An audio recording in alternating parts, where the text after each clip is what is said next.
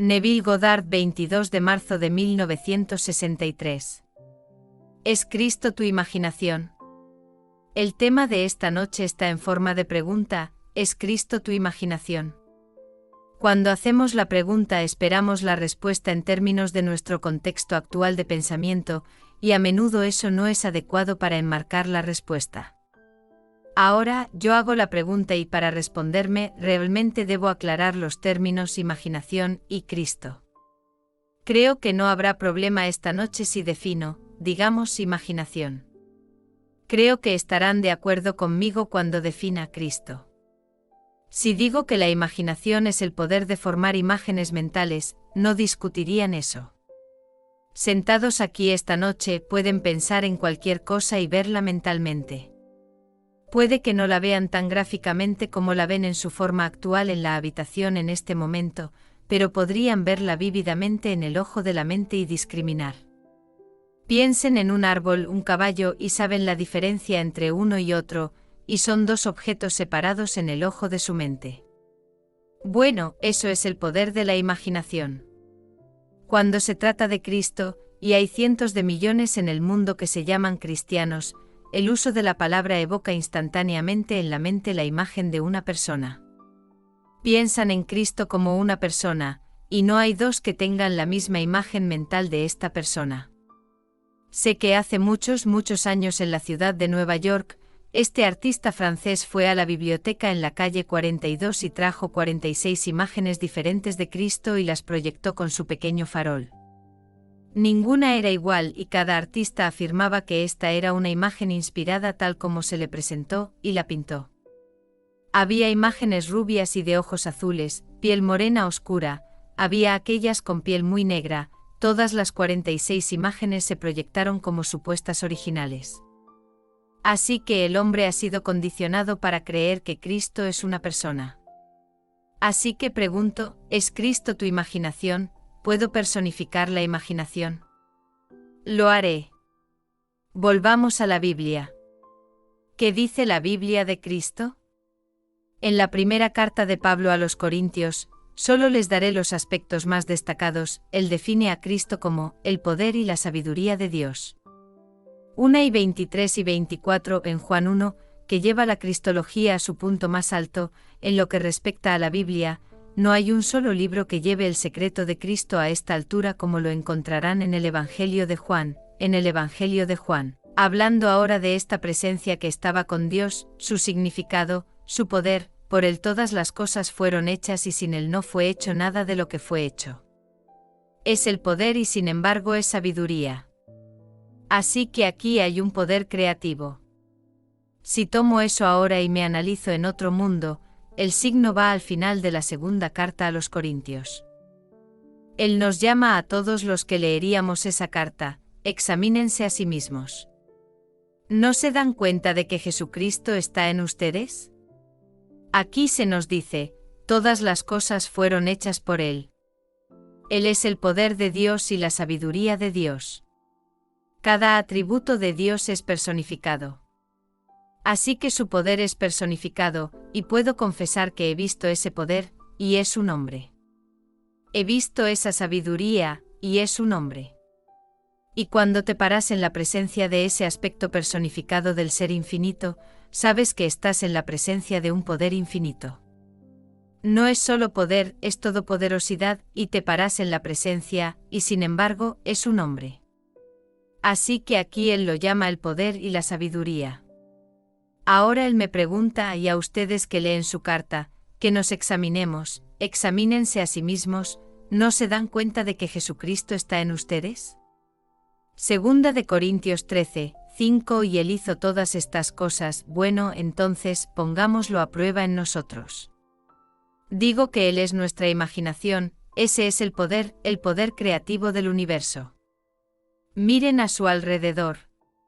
¿Conocen algo en el mundo del hombre que el hombre haya creado, desde la ropa que lleva hasta las casas que habita, que no haya sido primero imaginado? ¿Conocen algo en este mundo que ahora se demuestre como hecho, como una realidad concreta, que no haya sido primero imaginado, solo imaginado, y luego se externalizó? Sí, usando manos, usando instrumentos del mundo, pero primero comenzó como una imagen, y una imagen es simplemente el producto de esta facultad reformadora de imágenes en el hombre, que es la imaginación del hombre. Ahora, si todas las cosas fueron hechas por él y sin él no fue hecho nada de lo que fue hecho, no puedo llegar a otra conclusión que el hecho de que Cristo de la Escritura es mi imaginación. Ahora, ¿quién es Jesús? Si Cristo es el poder y la sabiduría de Dios, y Dios se sumergió en nosotros, ese fue su sacrificio. Él realmente se convirtió en nosotros para que podamos vivir, porque si no fuera por este sacrificio de Dios, de limitarse realmente al estado llamado hombre, el hombre se desgastaría como una prenda de vestir, como la tierra. Como se nos dice en Isaías 51, 6, levanten sus ojos a los cielos y miren la tierra debajo, porque los cielos se desvanecerán como humo, la tierra se desgastará como una prenda de vestir, y los que habitan en ella harán lo mismo. Pero mi salvación será para siempre y mi liberación nunca tendrá fin. Esa palabra salvación significa Jesús.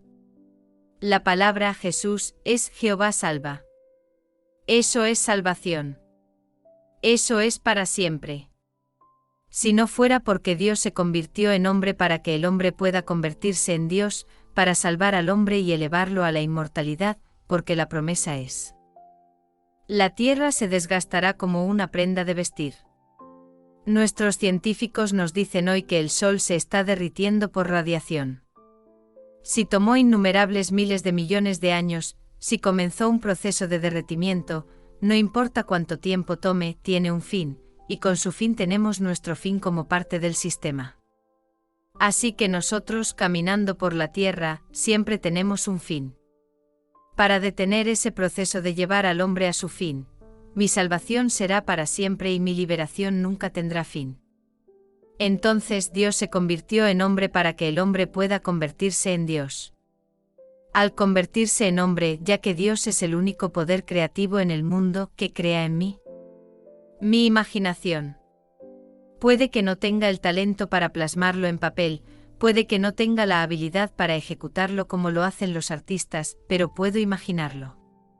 Puedo imaginar un libro y la alegría de tener un libro. Puedo imaginar una imagen. Sin ser un artista, puedo soñar. No puedo concebir una imagen que un hombre pueda pintar en un lienzo que esté más viva que mi sueño, aunque no pueda poner nada en un lienzo. Pero me voy a dormir y puedo soñar. ¿Y qué lo está haciendo, si no es mi imaginación? Y aquí, cuando pierdo la facultad consciente, esta área restringida, realmente puedo soñar. Soñar como ningún artista en el mundo lo transmite, ponerle color, ponerle movimiento y tener el drama más maravilloso, y eso es mi imaginación. Pero esto no es el único poder y sabiduría de Dios. En el mayor de todos los textos del Nuevo Testamento, que es Juan, Juan no enfatiza el poder.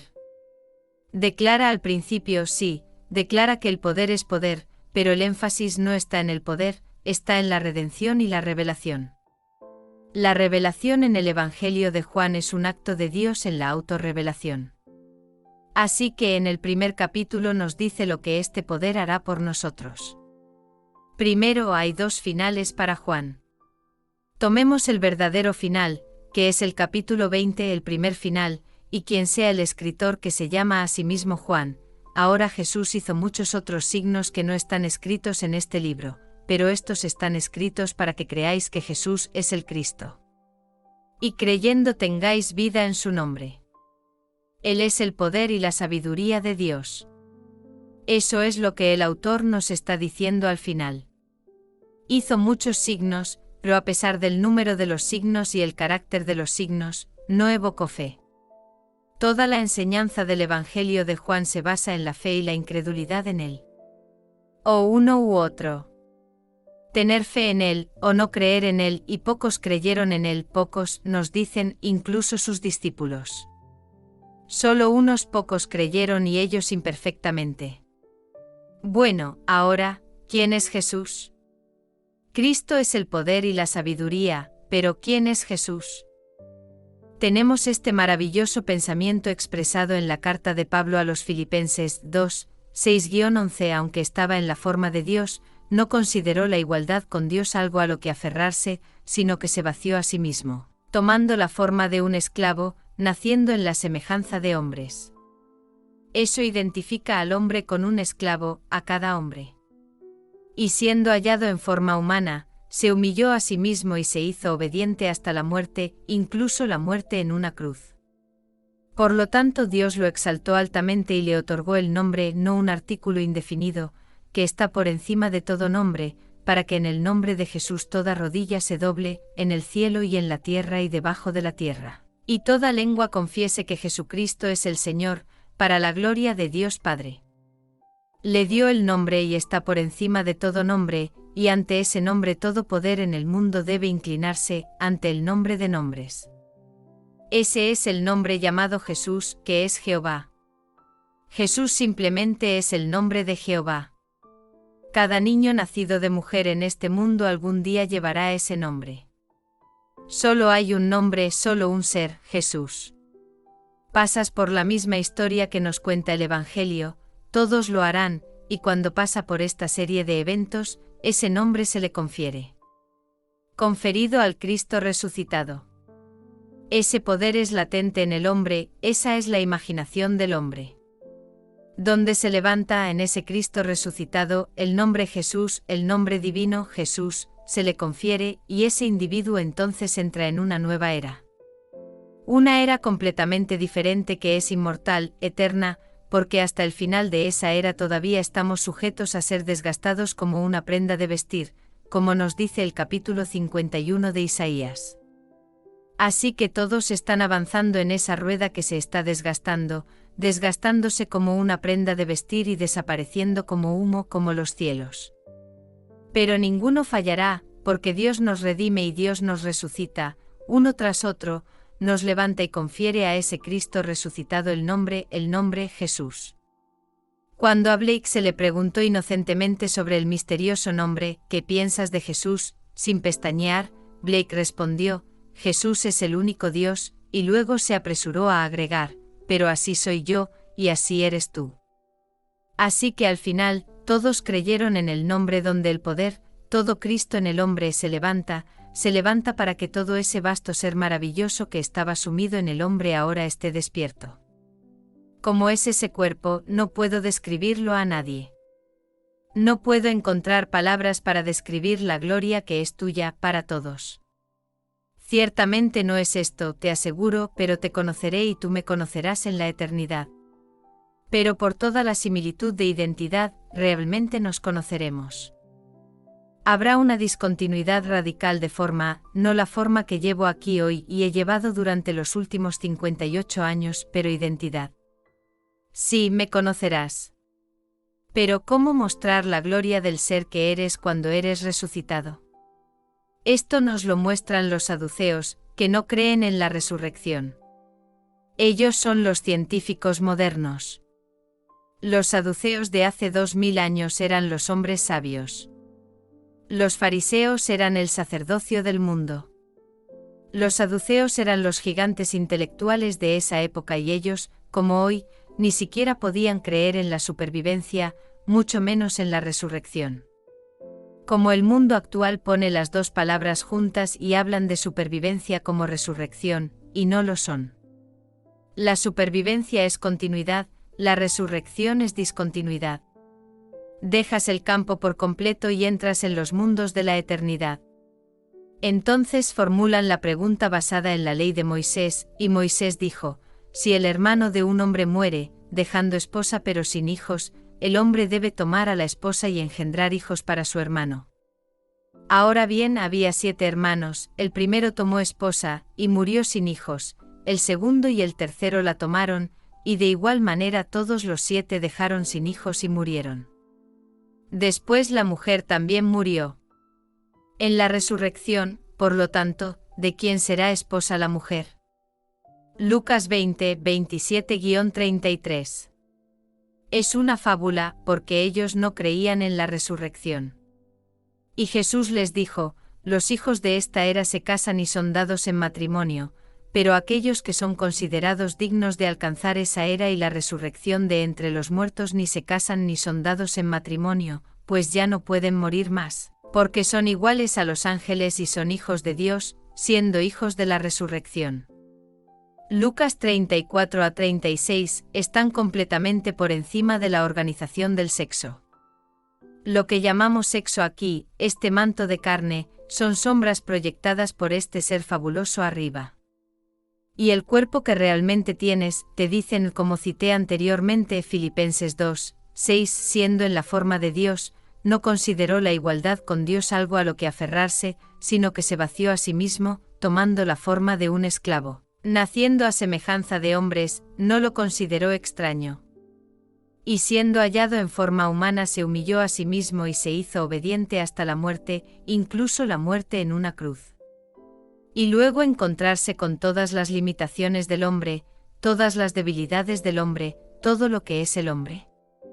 Luego Dios lo exaltó al final cuando lo resucitó y le otorga el nombre. Ese nombre solo se confiere en la resurrección. Entonces todos lo obtendrán, porque todos serán resucitados.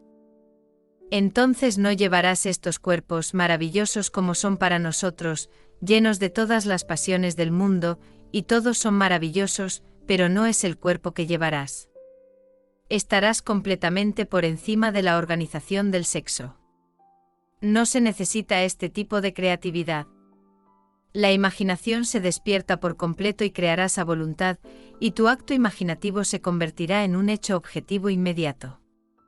Y lo que llamamos realidad hoy, todo este fabuloso mundo nuestro, déjame decirte que lo he visto, todo es imaginación.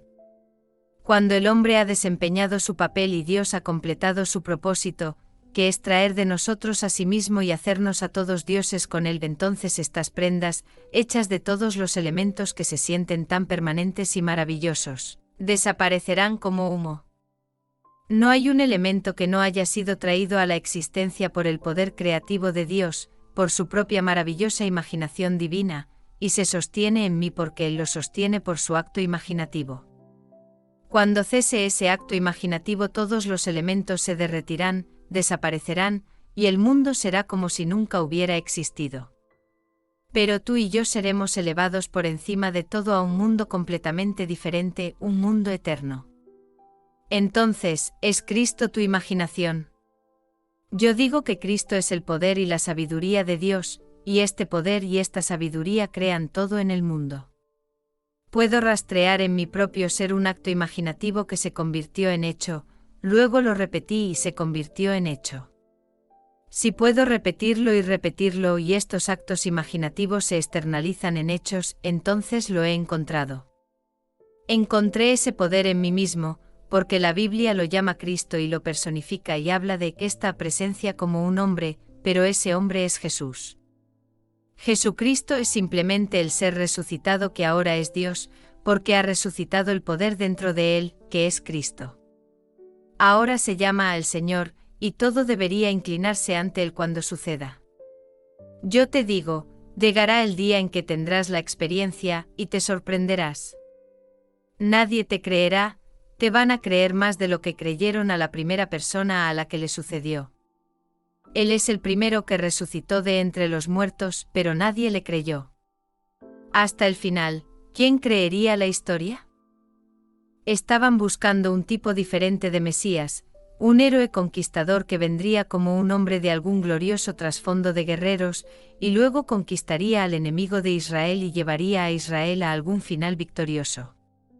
Siempre buscan ese tipo de Mesías. Los tenemos por todo el mundo hoy en día, estos falsos mesías que prometen a las naciones que los llevarán a alguna victoria, incluso una pequeña victoria temporal. Eso no es el Mesías. El Mesías no tiene nada que ver con este mundo, Él es resucitado de este mundo. Este mundo se está desvaneciendo, desgastándose como una prenda de vestir. Cristo en el hombre es el poder y la sabiduría, y luego, eso en el hombre que es la imaginación del hombre, se convierte en misericordia porque la ejerce con amor. Si leo correctamente a Juan, no solo mi salvación depende de ello, realmente debo creer en él. ¿Quién es el ser? Mi propia imaginación. Si no creo y lo pruebo, incluso aunque falle, entonces no creo en Cristo, porque Cristo realmente es mi imaginación, tu imaginación. Así que imaginas algo encantador de otro, y si no crees en la realidad de esa imaginación, entonces no crees en Cristo. Aunque vayas a la iglesia todos los días y des el 10% de tus ingresos a la iglesia de tu elección, todas esas cosas son encantadoras, dámelas si te sientes así al respecto, pero eso no es Cristo. Eso no es creer en Cristo. Creer en Cristo es ver a alguien en este mundo y tener un sentimiento dulce hacia aquel que aún no ha descubierto como ser encantador, algo sin su conocimiento. Luego represéntalo a ti mismo como si fuera verdad y cree en la realidad de lo que has hecho mentalmente. Cree en Cristo, pues todas las cosas son posibles para Cristo. Tráelo ante el ojo de tu mente y míralo como él quisiera ser visto por sí mismo, como le gustaría al mundo verlo. Pero tú lo haces y crees en la realidad de lo que has hecho. Eso es creer en Cristo. Te sorprenderás más allá de la medida de cómo funciona. En ese mismo momento, porque todas las cosas por una ley divina se mezclan en el ser del otro. En ese mismo momento en que interfieres con su vida, reorganizas toda la baraja y todas las cosas se reorganizarán completamente para reflejar el cambio que va a tener lugar en él. Y todos en este mundo que puedan ayudar a ese cambio serán usados para lograrlo sin su conocimiento o consentimiento. No necesitas el consentimiento de ningún ser en el mundo, si pueden ser usados para externalizar lo que has imaginado, serán usados. Y cuando menos lo esperes, porque crees en él, entonces Dios te resucitará. Entonces lo vivirás y quedarás perplejo cuando veas lo que Dios hizo por ti. Todo lo que se afirmó de él que pensabas, que tu madre te enseñó, ocurrió hace 2000 años, está sucediendo. No se detuvo. Vuelve y lee la carta de Pablo a Timoteo. Aquellos que enseñan que la resurrección ya pasó están engañando a los fieles. No es un pasado, ocurrió en uno y está ocurriendo en innumerables. Todo está terminado, la crucifixión está terminada, sí, pero no la resurrección. La resurrección está teniendo lugar en todos los que son llamados y elevados. A medida que somos llamados, se realiza el acto más poderoso de Dios. Y somos elevados y pasamos por la serie de eventos que conducen al reino de los cielos. Aunque aparentemente seguimos aquí vistiendo esta prenda por un tiempo, se te mostrará la prenda que ocuparás. No puedes describírselo a nadie, ni siquiera a tu propia satisfacción. Es una cosa tan viva, tan luminosa, es simplemente luz como el arco iris. No puedes describírselo a ningún ser en este mundo que solo piensa en términos de una prenda de carne. Ahora se nos dice en el primer capítulo de Juan 11 y 13 está hablando de un tipo de nacimiento completamente diferente, y los que crean en su nombre nacerán, no de sangre, ni de la voluntad de la carne ni de la voluntad del hombre, sino de Dios. No nacidos de ninguna manera en que esto, el cuerpo, nace. La carne y la sangre no pueden heredar el reino de Dios, solo el Espíritu. Cuando naces eres autoengendrado. Realmente no tienes padres.